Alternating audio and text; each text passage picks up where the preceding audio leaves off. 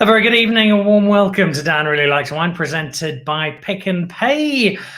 From a slightly breathless host, having just dashed in the door. I have been down in the Cape for the last couple of days, as you might have seen on social media, having a terrific couple of days, being reminded of what I honestly think is South Africa's greatest strength as a wine industry. We have extraordinary terroir, we make some fantastic grapes, we've got some lovely facilities, some of the most beautiful wine estates on earth. But the last few days have just reminded me once again that it is the people of the South African wine world who really do lead the charge. I've had some terrific hospitality, heard some wonderful stories, got to hang out with just some really cool winemakers and people who work in the broader wine industry. And it's been a very uplifting couple of days, added to the fact that, of course, we can now sell wine again, which is, of course, a great excitement. And in just a moment, I'll remind you of our competition, which celebrates exactly that. There is one tinge of sad news, though, and it came out, in fact, when I landed an hour ago.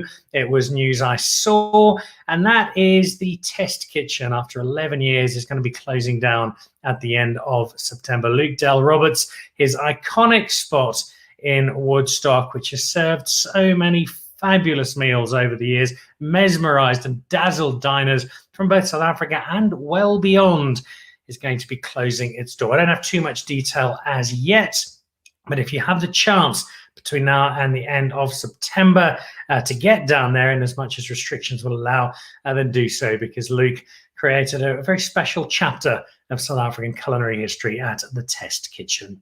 So you might need to drown your sorrows at that news. Well, I can help you out with that, because one person is going to be winning something very special indeed. We have not one, not two, not three, but 4 bottles of wine in one. It's a Jeroboam of the Antonie Rupert Rosé, and we're giving it away to celebrate wine sales being reopened. How do you win it? Well, here you are. The liquor ban is over. We can buy wine again. We can restock our cellars. And to celebrate, I've got a fantastic giveaway. Dan Really Likes Wine, in partnership with Antonie Rupert Rosé. It is this, a Jeroboam. That's the Afrikaans word for 3 litres. A Jeroboam of the Antonie Rupert Jean Roy Rosé. It's Provençal style with a lovely South African flourish. And all 3 litres are yours in this wonderful presentation case. Simply take a photo of yourself with your favourite bottle of wine at your nearest Pick and Pay, post it online, tag Dan Really Likes Wine and tag Antonie Rupert Rosé, and one of you will be walking away with 3 litres of fabulous rosé. Well, there you go. It's a cracking prize. Big thank you to Bear and the team at Antonie Rupert, a Jeroboam of Antonie Rupert. So just nip down to Pick and Pay. Probably a little late to do it today, but when wine sales are open again on Monday, grab a photo of yourself with a bottle of wine you like the look of. Post that to Instagram, to Facebook, or to Twitter, and we'll announce a winner on the show this time next week. Now, we've got a lot happening over the next little while, including something that kicks off tomorrow. We've been working on this for a while now. It's a series that celebrates Chenin Blanc in South Africa, a grape that does so much for South African wine around the world. It's called Adventures in Chenin, where we look at not just the wine, but also how Chenin Blanc is such a marvelous counterpart to food. The first episode goes live tomorrow. It features Ken Forrester. Here's a glimpse of what's in store. Of all the grapes doing the South African wine story proud around the world, Chenin Blanc has to be top of the list. And so today, and over the ensuing 9 weeks, I'm going to be hanging out in the winelands, meeting Chenin Blanc producers, chatting to the winemakers about just why we're getting Chenin Blanc so right at the moment, and then meeting some of our top chefs, pairing up food with that Chenin, and really having a pretty indulgent time.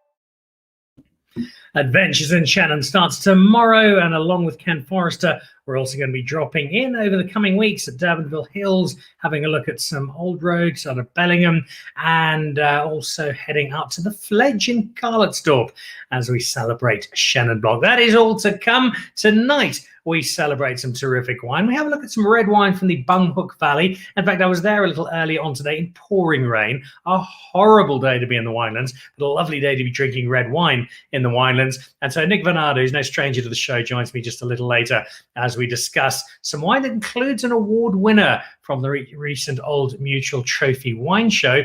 But we start with wine that's also been a winner of late. We'll talk about that award in just a moment.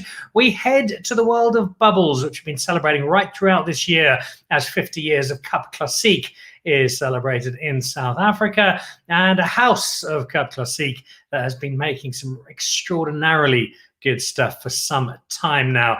It's a brand by the name of Krone, which I think you'll know rather well. So let's head straight to two gentlemen who join me this evening. Guys, a very, very warm welcome to Dan Really Likes Wine. Rudiger, Stephan, lovely to have you on the show. Welcome. Thanks, Dan. Thanks for having us. Well, let's kick off. For those people, we get people from watching all over the world. Not all of them know exactly where things are in South Africa. Stephan, set the scene for us. Where do we find Krone? And what's the difference between Krone and Twee Jonge Gezellen Gezonge Hennenhausen Hennen, which I can never quite pronounce? Yeah, so the farm is based in Tulbagh. It's nestled between the beautiful mountains here in the Witzenberg Mountains and the Biko Mountains. The farm is called Twee Jonge Gezellen, where we produce the brand Krone Cap Classique. And it's a bit of a Tulbagh. It's part of the furniture, really. I've visited a few times over the year, especially when the Cape Epic has come sweeping through town. Rudiger, give us a little bit of a sense of the history, because I know there is a lot to it. What are we looking back on when you give us a history lesson on Krone?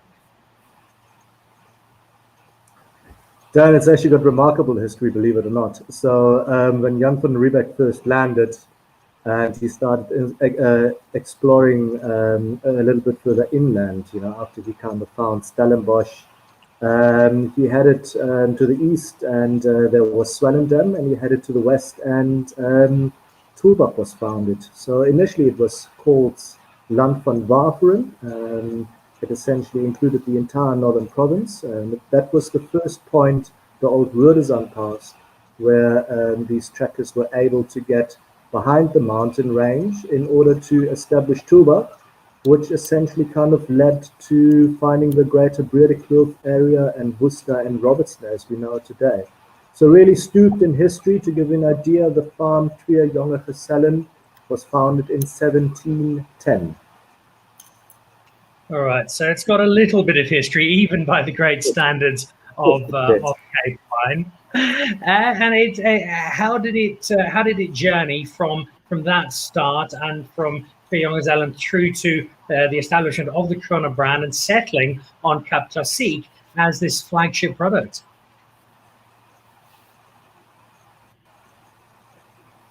So it's rich history with the Krone family, who were the founding family.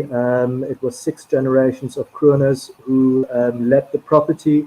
It was Mickey Krone who was instrumental in starting Cap Classique on Twee Jonge Gezellen. It was in the late 80s. Mickey returned from Germany, where he learned his hand at winemaking at Geisenheim. He came back, he built this unbelievable underground cellar, I think the first of its kind in South Africa. And Mickey had this foresight to make Cap Classique and bottle fermented sparkling wine. And we are privileged and fortunate enough to have taken over the brand and the farm from the Krone family 8 or 10 odd years ago to kind of continue with their heritage. And continuing very successfully, as we'll find out in just a moment when we talk about this latest award. Stephan, people possibly watching going, okay, well, here are these two good-looking young gentlemen who know what they're talking about, but what do they actually do? How do your roles as winemaker and cellar master work? Who reports into who? Who decides what's going to happen? And how does that work in terms of what you produce? Yeah, so I'm leading the winemaking team here at Twee Jonge Gezellen Krone. I'm basically responsible for making all the Krone Cap Classique. Rudiger's got a beautiful history of wine as well. So he's a great mentor, and he's got some great ideas as well, which helps us here in the cellar to live out our vision and our dream to create beautiful Cap Classiques. And we do fun experiments, and it's we find ourselves and just loving what we do here in the cellar. And that probably is extended, Stephan, because if I'm not mistaken, you grew up in Tulbagh, didn't you? I did, yes. I actually my history is I went to school here for a couple of years, and then I went off to study at Stellenbosch to get my degree in winemaking. And at Stellenbosch, I just had this great interest of doing two fermentations, which it was really interesting for me. So when I came back from England, I decided to apply for cellars that really creates good bubbly. And because I grew up in Tulbagh, I applied for assistant winemaker in 2008.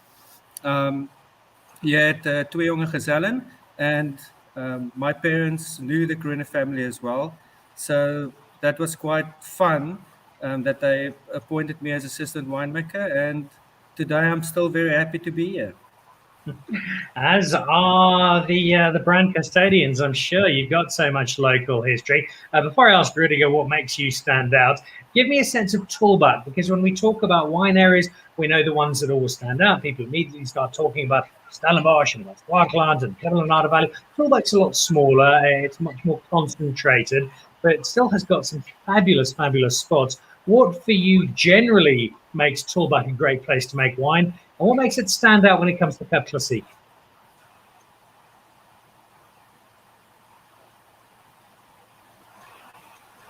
Is it me or Stephan? Stephan, sorry, Stephan. As the Tulbagh local. Oh, sorry, I just lost some. Just ask the question again. Sorry, Dan.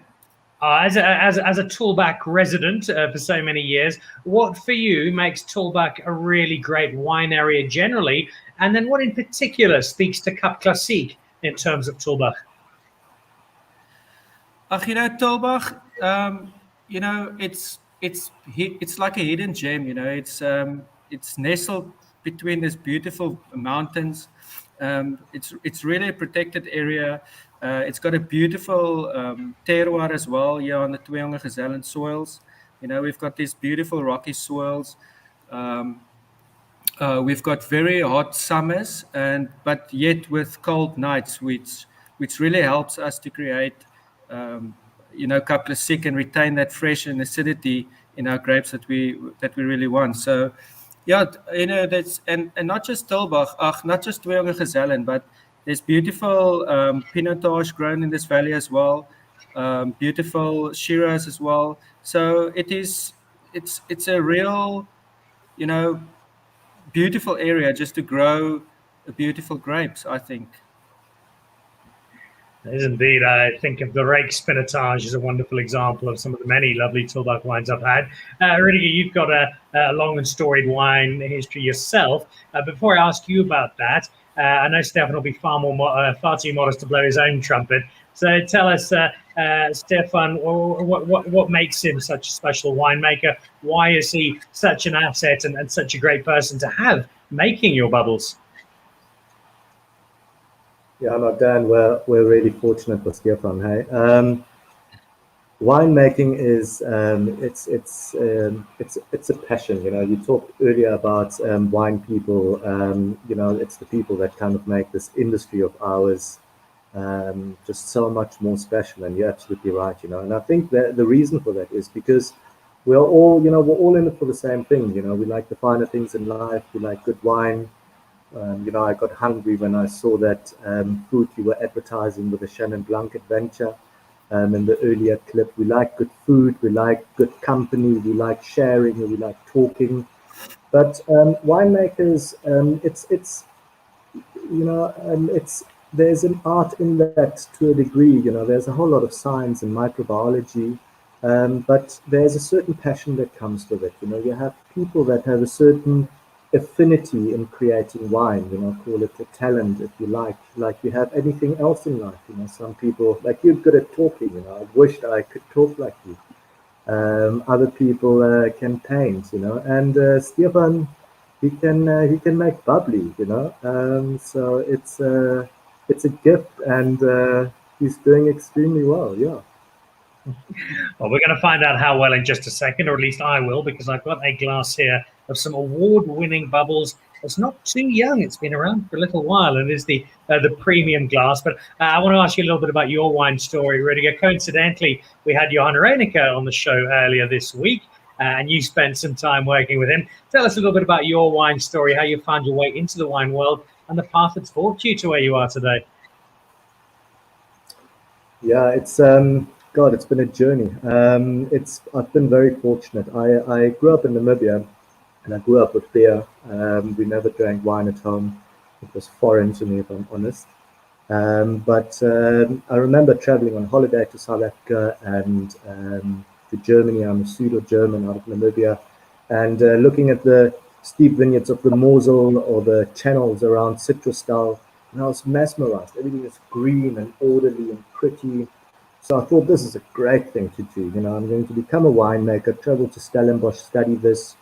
Then I hear you work 3 months of the year doing harvest, and the rest of the time, I can have fun and drink wine, and party. It came very much differently. I'm making wine, but I'm working every single day very hard, and not just the 3 months of the year. But it's been a great ride. I started out at Vergelegen under Andre with a great 2001 vintage. I had a brief stint at Niederburg for a year where I was making the white wines. And then I got this call out of the blue from a guy called Tim Rands and Mark Kent of early Buchenholzklub days. And they said, come man, join us, let's make some wine. So I spent good 8-9 years making wines with Mark at Buchenholzklub, which was an unbelievable time. We had huge amounts of fun, launched some great wines. And in that process, I moved over to the Greater Winimark business, which allows me to make wine in various places. So I'm kind of just another head in the mix. Stephan talks about a hierarchy, but really there's just, it's more about just friends and family, and that's what it feels like working in this environment. So yeah, I get involved in Robertson Winery. I'm very passionate. I've been working with Johan. It goes back from 2004, and then since 2009 on a more winemaking level. It's been a great ride learning from him, just in terms of biodynamics and organic, something I've always been extremely passionate about. And then, I've got the opportunity also to get involved with to a younger Sellen and Krone, and people like Stephan to get involved at sparkling winemaking. So I guess I'm a bit of an all-rounder, all-rounder by now. Yeah, I mentioned at the very start of the show how I feel people are our greatest resource. And you mentioned Mark Kent there. It's amazing how often his name comes up. I spent some time with Jocelyn Hogan-Wilson this morning, who said exactly the same thing. And this idea of mentorship and working together is such an important part of our wine world, which is an appropriate time to bring in a comment from Mr. Greg Sherwood, the fabulous thereof, who's busy watching in London. Loving the rejuvenated MCC wines of Krone. Superb wines, says Greg, who is our Cape Wine Master in London. and a man who averages 6 to 8 wine lunches a day. He's a very busy man. And Bo Sugar, who was watching at the start of the show, I'll be drowning my sorrow, sad about the test kitchen. I'll take recommendations. It's a great restaurant, such a sad story. Reginald Peckler, my favorite wine subject, bubbles. It's for every occasion, from mornings till midnights of happiness. Cheers, Reggie. Good to have you watching up at Cheetah Plains. And one further comment from Mr. Sherwood. Tulbach is a very special area with fantastic quality potential, especially for reds. I can't disagree, but we are focusing on those bubbles. And let's get into these award-winning bubbles. Rudiger, talk to me about sitting in a champagne bar in Rheim, tasting a particular bottle and just discovering something that blew your socks off. Yeah, so if you want to learn about making bottle fermented sparkling wine, you obviously travel to Champagne.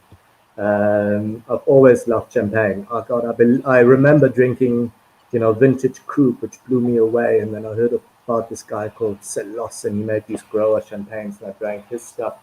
And that blew my mind.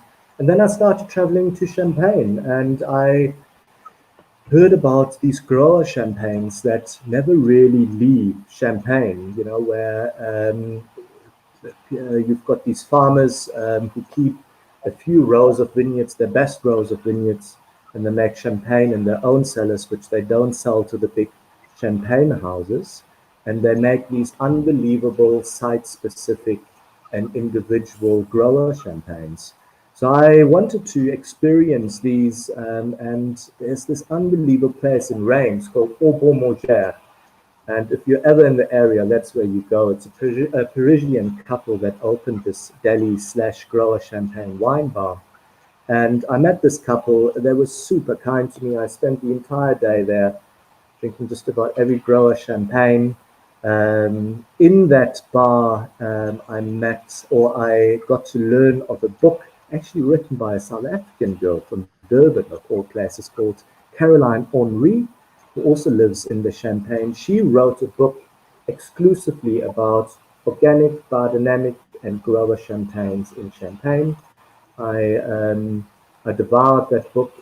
I've met Caroline. She even helped us with this wine. But after that trip, when I came back to South Africa, Stephan and we sat together, and I said to him, Stephan, we like to be innovative. What we need to do is we need to make a site-specific MCC in South Africa, something that hasn't been done before. So we're not talking about blending, we're not talking about house styles, we're talking about a specific vineyard.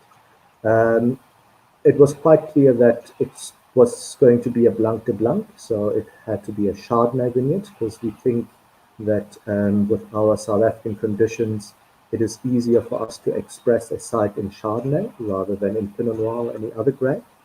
So sitting with Rosa, we knew immediately the first vineyard we want to start this project with, and that is obviously the Kaimansgat vineyard, which is situated in the Elandskloof outside of Villiers-Dorp. It is unbelievable. Bouchard Finlayson he found this vineyard already in the early 90s in the wine region. He makes great still wines from it. Since then, it's become very popular, the region. The second oldest Chardonnay vineyard is on the Kaimansgat farm, and this is the vineyard we chose to make our first site-specific MCC in South Africa, which is the Krone Kaimansgat Blanc de Blanc, in a very natural way. Well, let's find out from Stephan exactly what we have got here. It's quite a famous little tract of land you're getting grapes from, Stephan. I think there's some Capensis comes from there, some Bouchard Finlayson, some Lismore. So it's a really well-known and probably hotly contested part of the Chardonnay world. We know now where it comes from. Tell us what you've done to translate that particular wine, those grapes and that terroir, and turn it into this glass that I have with me today. Well, it was, when we first saw the vineyard, it was quite easy for me to see, it's very healthy grapes, very small bunches. It got a huge acidity level, which was fantastic, low pH level. So if you work with grapes like that, it's quite easy to make a good quality base wine if everything goes right. So we pick the grapes early in the mornings, try to keep it as cold as possible, and transport it to the cellar. Um, and then we hand select all the best bunches, and we put the cold bunches in a press, a new press. We've got the cookout press. Um, and then we only extract the cuvee, the best juice, the 500 liters per ton or even less. And then we take that beautiful cold juice and we ferment it in 100% oak food dress from the Alto Adige called Mittelberger. Really, really nice food dress. And we natural ferment it.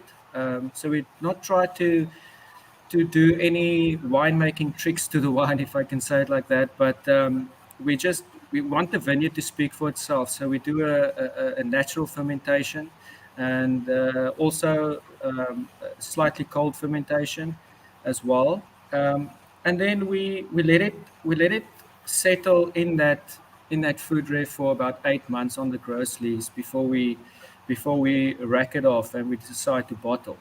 And then we bottle those wines.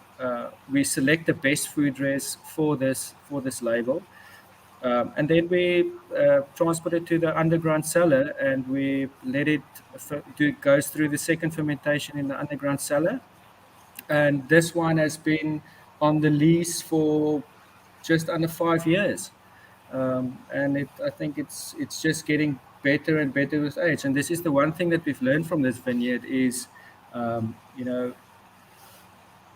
we decided to taste the wines every year. And at year 3 we decided, oh no, that this wine is really becoming itself. And then year 4 comes and it's like, oh my goodness, it's even better. And year 5, and it's just becoming greater with time, and that's the exciting thing. We're still learning from our first vintage. We've bottled a few vintages as well after this 2016 vintage, and it's just such a great block of grapes to work with, and it's just so exciting.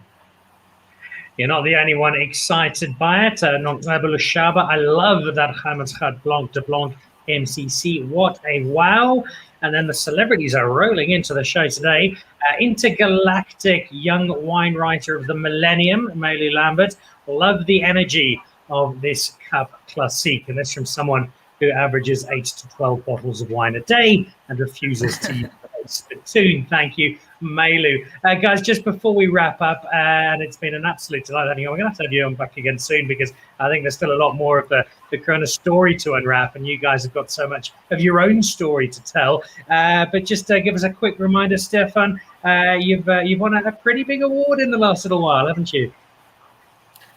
Yeah, it was quite a surprise. Oh, well, not for us, but this wine just scored a 93 on the Gilbert and Gaylord tasting, and we're quite excited about that score. And it's just we still stay humble, but it's quite it's a good motivation just to carry on of what we're doing, to see a score like that. It's quite amazing.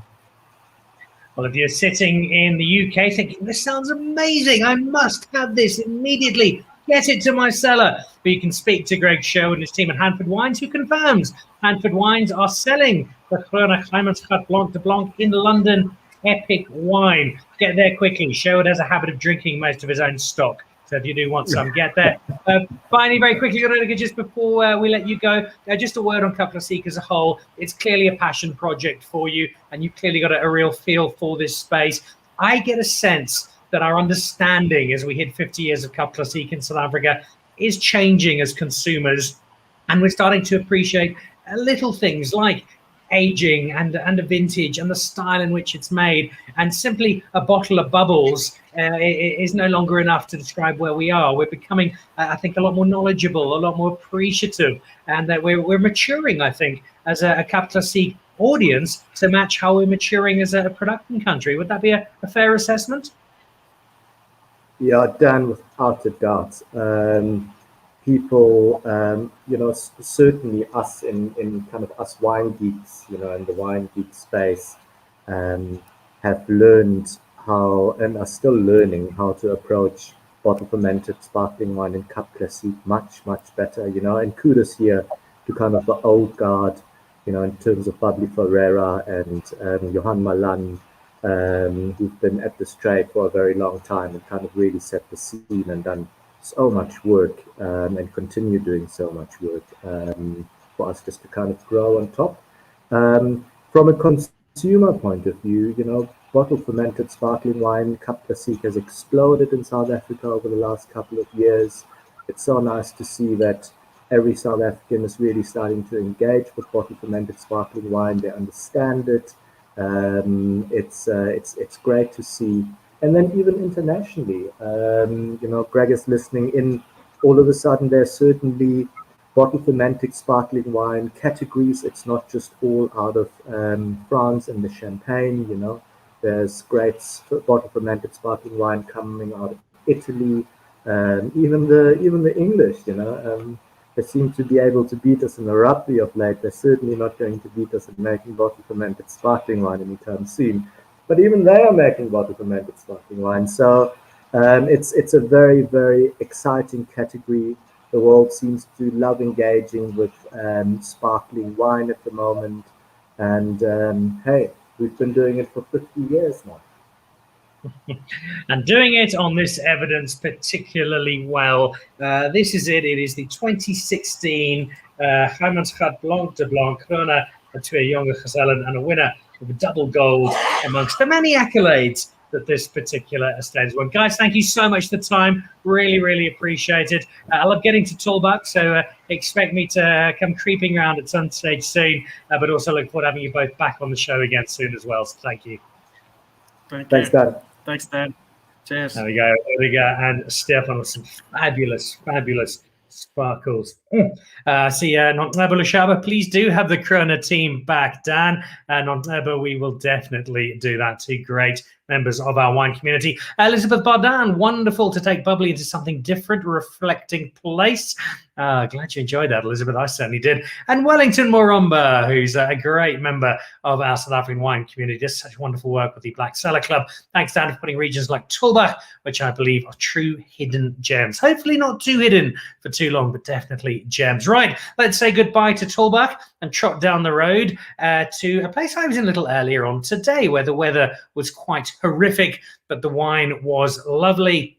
The Banghoek Valley is one I always enjoy visiting for the wine, for the people, for the beauty. It's a great spot. So let's head to the winemaker at Oldenburg, who was very busy watching YouTube videos when I interrupted him a little earlier on today. Nic van Aarde. Nick, welcome back to the show. Lovely to see you. How's it, Dan? Yeah, good to see you. As you say, very icy here. I think I got 4 layers on. I've been in the vineyards all afternoon since seeing you with our Italian pruning consultants, trying to work on the longevity of our vineyards and getting our pruning up to scratch.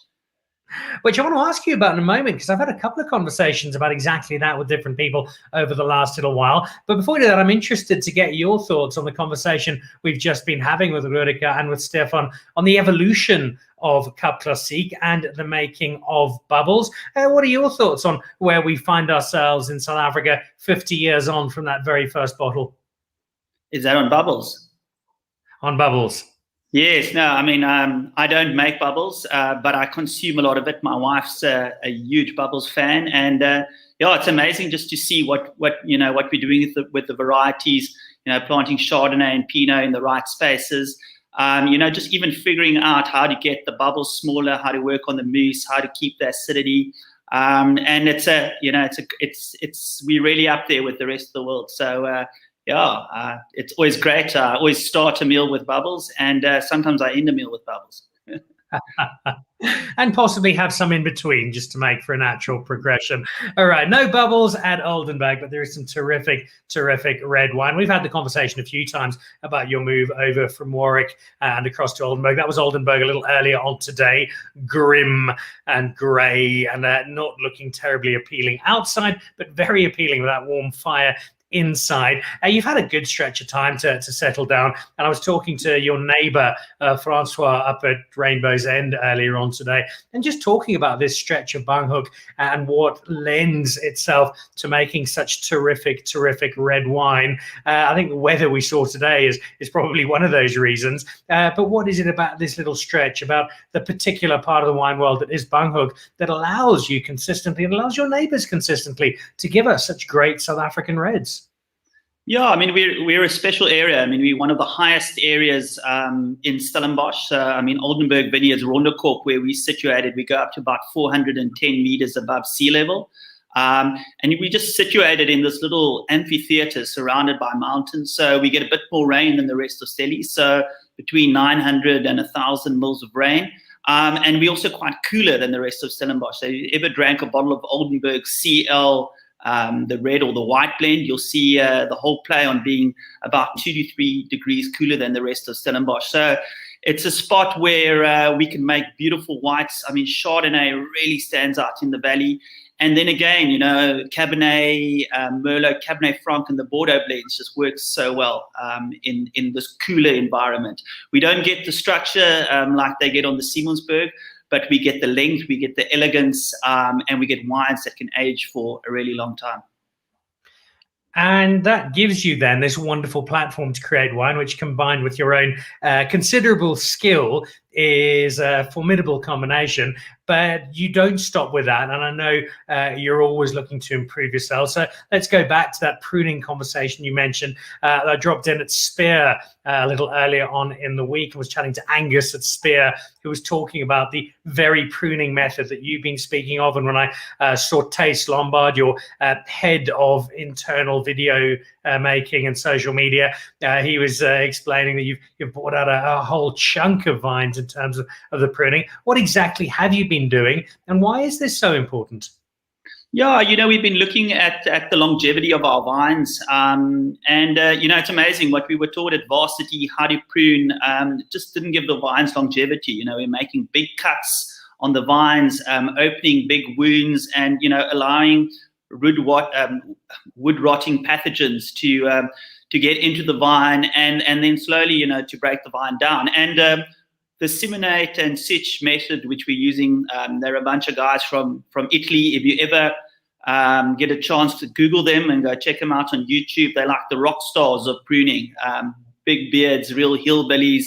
They walk around with small electric chainsaws and cut vines up. But what's amazing to see with their way of pruning is that you really preserve the sap flow in the vine by making very small cuts, by keeping your cuts to one side when you're making your pruning wounds.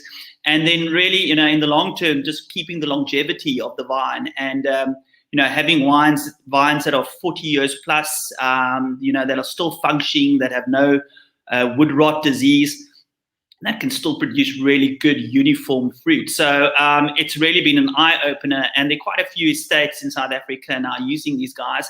And yeah, I've been spending the whole afternoon with the consultant, just going through, and myself and our new viticulturist, Christo Kraus, will then be, you know, giving the information back to our team and then skilling them up, you know, really just to make sure that in the long run, in 40 years' time, we still got vineyards that are healthy and vineyards that are making exceptional fruit. I'm glad to see you have been doing some work. Taste confesses that he hasn't. I see he's busy watching the show. Always tough to break away from the fireplace in the tasting room, Dan. That's where the marketers hang out to stay warm. Well, Taste does a terrific job. He's a tireless champion of not just Oldenburg, I think South African wine as a whole. And again, it speaks to a real theme of this evening's show, the people in the wine industry who do such a wonderful job and come together and support each other. And I know it's very much the case in the Banghoek Valley, which is famous for its red. We're going to be trying some terrific Cabernet Sauvignon in a moment. But I'm always slightly smitten, Nick, by the Cabernet Franc of the Banghoek Valley. I love yours. I love the Rainbow's End. I love what you're able to do with this. And it was interesting chatting to Francois, the viticulturalist at Rainbow's End a little earlier today, talking about your valley, but also how Cabernet Franc, literally one side of the road to the other, can be completely different. And I presume that it applies to Oldenburg as well, that although you're all in the same area, there can be such a huge difference from one block to another. No, very much so. I mean, I was sitting at a braai probably about a month ago with Anton, the winemaker owner of Rainbow's End, which is, a few hundred meters above us, and we were tasting through the Oldenburg Cabernet Franc, and he arrived at my house with a whole case of wine. I mean, it's the type of guys you want to invite over for a braai. And inside his case, there was two bottles of Rainbow's End Cab Franc, their reserve and their standard one. So we decided to have a bit of a taste off, and we opened the 2 bottles of Rainbow's End and the Oldenburg. And then I had a Thistle and Weed from Etienne Tablanche, who's one of our vineyard consultants, in my wine fridge. So, and that's basically from the Polkadra area. So we opened that too, and we had a bit of a taste off. And to Anton's dismay, his wife actually liked the style of the Oldenburg Cab Franc, which was slightly lighter in style, more red fruit, more what we call Loire style. While, his style was slightly, picked a bit riper, a bit fuller, a bit more Bordeaux style. So it's amazing to see how, the time you pick it, the exposure to sun, even the swirl type and the row direction can play a big role in the characteristics you're getting on the wine. And I had that comparison done with Francois. We tried 2 different Cab Francs. They're regular, although it seems unfair to call something so good regular, and then they're limited release, and they were very, very different indeed. I see Melu Lambert, the new Angela Lloyd, asking me, did Nic treat you to any older vintages? Well, it was a fleeting visit, and I'm going to be back down there next month and spending a little more time at Oldenburg. What I do have, though, is this particular one. What have I got here? The 2017. So tell us a little bit more about this 2017 Cab Franc, Nic, and what for you makes it stand out. Yeah, it's from a single vineyard on Oldenburg. Cabernet Franc was one of the first varieties planted on Oldenburg in 2007, or it was planted in 2003. The first vintage made in 2007. And I remember when I came in for an interview at Oldenburg, I left with a bottle of Cabernet Franc. I didn't take the wine very serious. Adrian van der Spey, the owner, gave me this bottle on my way out. And said to me, try this this evening. So I went home, had a braai, and opened this 3-year-old bottle of wine, not expecting much of it. And when I tasted it, it was so complex, and it just had so many layers that I was just totally convinced on Cab Franc. And if you know my history, I worked at Chateau Angelus in Saint-Emilion, where they use a big whack of Cab Franc in their wines. And for many years at Warwick, making Cab Franc. So it's my favorite variety, and I think the Banghoek does it so well. So Cab Franc is very different to Cab Sav. It doesn't have that structure. It's got slightly less structure, but if you like Syrah, you're going to love Cab Franc because it's got the spice that Syrah gives. So it gives, some South African Cab Francs can give some lovely herbal characters, but then you always got that lovely spice. Think of cinnamon, cloves, nutmeg in the background. And again, it's a wine which is quite delicate, it's quite elegant, so you can't whack it with wood like you would, Stellenbosch Cab. This has got about 25% new oak, in barrel for 18 months. And we are so positive about Cab Franc in this valley and what it's doing. We've just planted a 1.9 hectare vineyard up on our more granitic soils on the top of Rudiger. And we're really looking forward to what it does. And, we've also got a blend called Rhodium, which is our Bordeaux blend. And since 2018 and 19, the wine's become Cabernet Franc blend with a bit of Cab, with a bit of Merlot blended in, and sometimes a bit of Cab Franc or Cab Sav. So, Cab Franc definitely, one of the varieties that really, really does well in this little corner of the Banghoek where we are. Interesting you mentioned that Rhodium, because Reginald Peckler is watching a Cheetah Plains in the Sabi Sands. Hi, Nic. I was once asked to describe your Bordeaux blend. I simply said, oh my God, Well done, a fan there in Reggie. I think it's a great way of describing it, Reggie.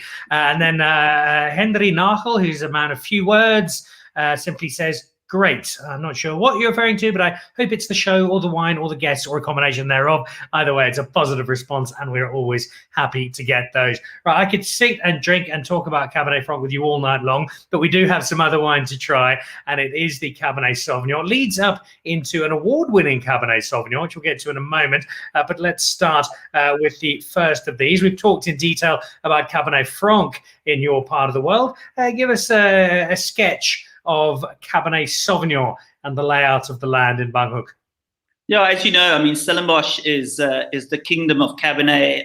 It does so well in our valley, or in the whole of Stellenbosch, and it's amazing. You know, if you go from just down the hill on Jonkershoek and you compare it to where we are in the Banghoek, the Cab Francs can be quite different, or the Cab Sauv can be quite different. So Cab Sauv again doing really well. You know, my neighbors around me, the likes of Bartony, Del Air, Thelema, Tukara, you know, Zorfried, all making really, really, really good Cab Sauvs. And what we get in our valley is we get slightly less structure, but we get this beautiful powdery tannin, which runs through the Cab Sauvs of Banghoek.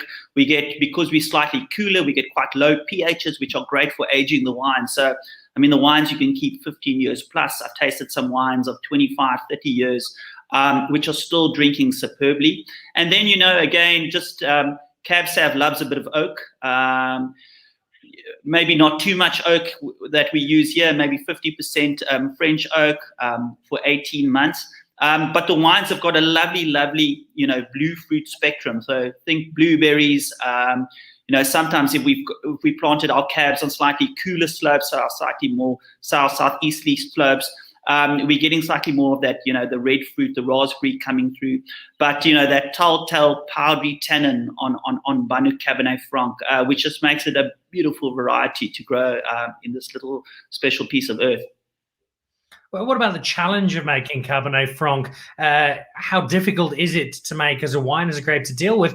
And then also the level of expectation, because Stellenbosch Cabernet Sauvignon has become so established around the world that the moment you pick up a bottle of Stellenbosch Cabernet Sauvignon, you're automatically thinking, this is going to be something quite special. Does that then mean there's just that little bit more pressure on you as the winemaker to ensure that you properly deliver? Yeah, Cab Sauv it's a different variety. You know, what I was making, on the Siemensberg is, you know, that big wines, very deep swirls, very, very rich swirls. And you know, those wines you can really extract. You can give them, you know, really work them hard in the cellar, put them into lots of new oak, and they just suck it up, you know. But in the Banghoek, you know, the wines are much more elegant here. So slightly less extraction in the cellar. What I like to do, and it's something I picked up when I worked in 2016 in Napa at one of the cult wineries, Harlan, is to really keep, you know, my Cab Sauvs on the skins after fermentation, you know, for a long time, you know, up to 3-4 weeks. And I taste them on a daily basis and just taste, you know, for that sweet spot when the tannin is perfect, when the wine's showing, and then we put it into a basket press, extract the juice, also separate the pressed juice, which is the harder juice from what we call the free run, and put them into barrel together. And if necessary, you know, at blending time, if I'm looking for a bit more structure, I might blend a little bit more of the more tannic pressed juice in. And then, you know, just the more, slightly foot off the gas on the use of oak, you know, maybe 50-40% oak, depending on the vintage. In a cooler vintage, for example, like 2019, you know, using slightly less oak. In a warm vintage like 2015, where you got big extraction, the wines can handle it, you know, you can go up to, you know, 50% new oak. But, you know, great wines for aging, and, you know, just really good wines, you know, for enjoying with a lovely hearty big piece of meat. Especially on a day like today when it is wintry across South Africa. Henry Nagel is clarifying his earlier comment when he said great. He says the show, the wines, the Cab Franc, the talented winemaker, and their terroir. Well, that's a fairly comprehensive comeback, Henry. Thank you very much indeed. Lovely to have you watching the show. Nontneva Lushaba throwing back to that Cabernet Franc comment. The description with all of the spices makes the Cab Franc sound like the perfect winter wine. What a great education. Well, I love getting feedback like that because that's exactly what we want to do on this particular show. We have a third and final wine, and this is a bit of a rock star at the moment. As we lead into it, we talk so often at the moment about 2015 and 2017 Cabernet Sauvignon out of Stellenbosch, and two stellar vintages. The first of them a little more showy, a little more blockbuster. The second possibly a little more elegant, growing into itself a little more, but possibly in some cases even outdoing 2017. You've got here a 2018 and a 2019. I'm drinking the 18 at the moment, about to try the 19. What are the hallmarks of those two different vintages, Nic? Yeah, I mean, 18, was a good vintage. It's the end, basically the end of the drought. So a lot of concentration coming through the vines, not under so much stress. And just really one of the good vintages. I would say 15 and 17 are the two heralded vintages. And we actually had a taste off at Wine Cellar the other night versus, taking 2015 wines, comparing them with 2017 wines. And my favorites were the 70s. But 18, something, not a bad year. The wine's showing well, showing a beautiful freshness. But then if you go into 19, if you've ever, I think a lot of us are climbing into our wine collections and drinking 2014s at the moment. And it's a very, very similar year. 2014 was a very, very cool year. I remember picking the grapes, and just before I wanted to pick it, it rained. We waited for the sugar to climb again, because as you know, when it rains, the plant sucks up the water. There's a bit of dilution, and just when we wanted to pick again, it rained again, I picked shortly after that. So 19 was very similar. A lot of rain during harvest. It was just a little bit of a comeback after all these dry years. It just decided to pour the whole harvest. So it took long to pick concentration. There was a long hang time on the vine. So we took a little bit of a gamble on 19, just showing it in the trophy wine show. It's not released yet, and it surprised us all. So I'm ecstatic.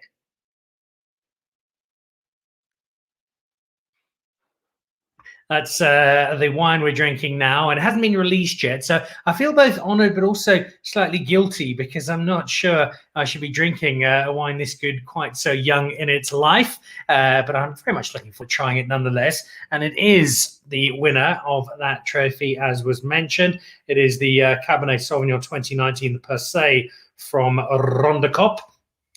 Which we're drinking. The difference between what we've just had, albeit 2018, versus the Per Se. What sets the Per Se apart? What makes it such a special wine?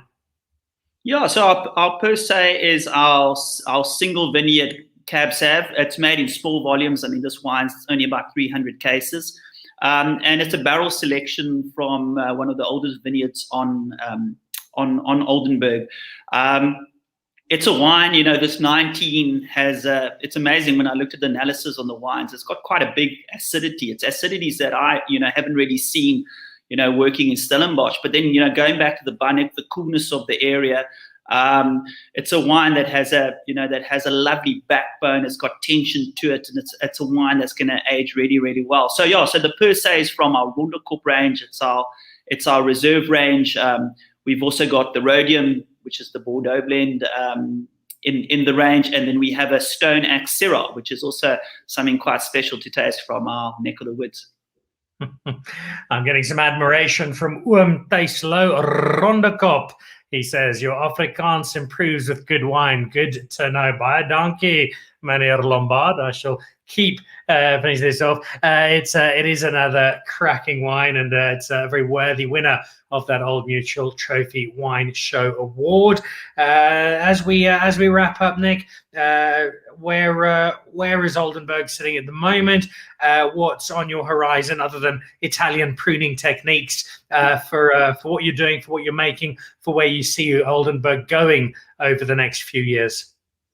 Yeah, I mean we're you know quite a new brand in the market, so you know we're trying to get the word out there, telling people about this small little beautiful valley. We're trying to get people to our tasting room, and if you've ever been to our tasting room, you normally have to put your diff lock on, or if you've got a low range, you have to put it on in some of the potholes you need to go through to get to the tasting room. But we've decided to make it easier for our guests to come. So we've put in a tar road, which we're busy with at the moment, all the way to the tasting room. And it's amazing, you know, I have guests here that come out and that have traveled all over South Africa and they've traveled all over the world and tasted wines.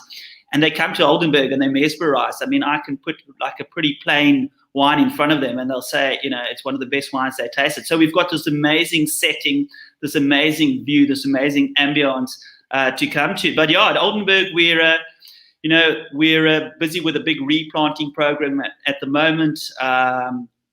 We're putting some Merlot and some more Chardonnay into the ground at the moment. Next year, we'll be planting some more Cab Franc and some new clones of Cabernet that I'm really excited about. So lots of ideas. This 2019 that we tasted was from our new cellar. We've never really had a cellar on the farm. The wines were always made at different venues in Stellenbosch.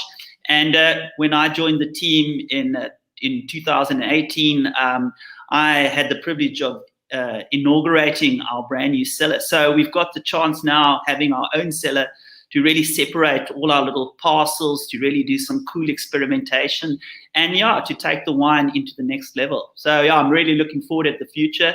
And yeah, with the techniques we're bringing into our vineyards, with our new plantings, with our new clonal selections, we've got some great building blocks really to take this estate to one of the best in South Africa. Part of my conversation with Jocelyn Hagen-Wilson this morning was around the fact that every single winemaker, to one degree or another, does seem to have that mad scientist gene, and the desire to experiment and play around is certainly there. I'm very glad it's there with you as well, Nic, because it's on the back of a superb winemaking ability. So thank you for that. Thank you for sharing the wine with us. Henry Nagel, as we wrap up, class Cabernet Sauvignon wines worth the money and experience. They certainly are, and we've been reminded of that this evening. Thank you, Nic. Keep nice and warm, because I know it's freezing down there. Happy pruning, happy winemaking. Do your best to get everything done, despite having taste with a camera on top of you at every possible opportunity. And we look forward to having you back on the show again soon. Thanks, Dan. Thanks for the invitation. Cheers. There we go. Nic van Aarde down at Oldenburg. It's just a delightful part of the world to drink red wine, to drink red wine from. And for me, there's an idea of terroir as a wine drinker, where when you sit in a beautiful part of the world on the estate drinking their wine, it just somehow makes it taste better. That wraps us up for this week. It wraps us up for this month. Now, this is properly exciting. Next month is Women's Month, and in celebration thereof, we are only featuring women on the show, women winemakers, women wine writers, women in the wine industry, and we have got some extraordinary people who are going to be talking to us about wine over the month of August. And we start off with a rather glittering selection, the aforementioned wine writer extraordinaire, Maylee Lambert, one of my very favorite people in the whole wine industry. She'll be joining us alongside of Trizanne Barnard, who's making some splendid wine, loads of recognition at the Old Mutual Trophy Wine Show over the last 2 years. In fact, last year, I think she got the trophy wine overall. So we're going to be chatting to them. And then Bubbles Highland, Mildred Highland, as I like to know her. She and Charlotte will be trying some wine with us as well. So that's next week, kicking off a month of great women in wine. And we've got some terrific women on the horizon. Siobhan Thompson from Woes will be joining us at some point. We've got Ina Smith and a whole lot of Chenin Blanc makers, including Cordelia Ferry joining us. We have got Barine Sauls joining us from Tessel Rasdal, Jessica Sourwine with her new Pinot Noir.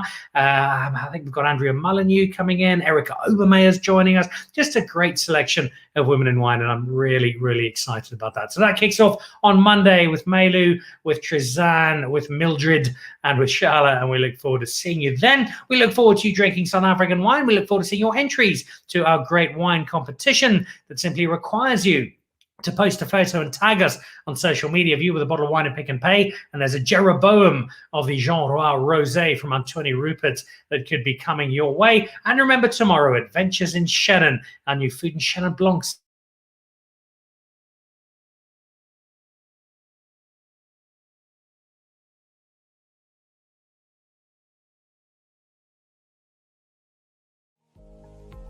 To join the Pick and Pay Wine Club, simply SMS your smart shopper number to 36775. It's absolutely free, and you'll get for yourself 3 times the smart shopper points on every bottle of wine bought. You'll also get a 20% discount on 10 different wines each month, a 25% discount on a case of wine, and a Magnum, some terrific competitions and invitations to awesome events.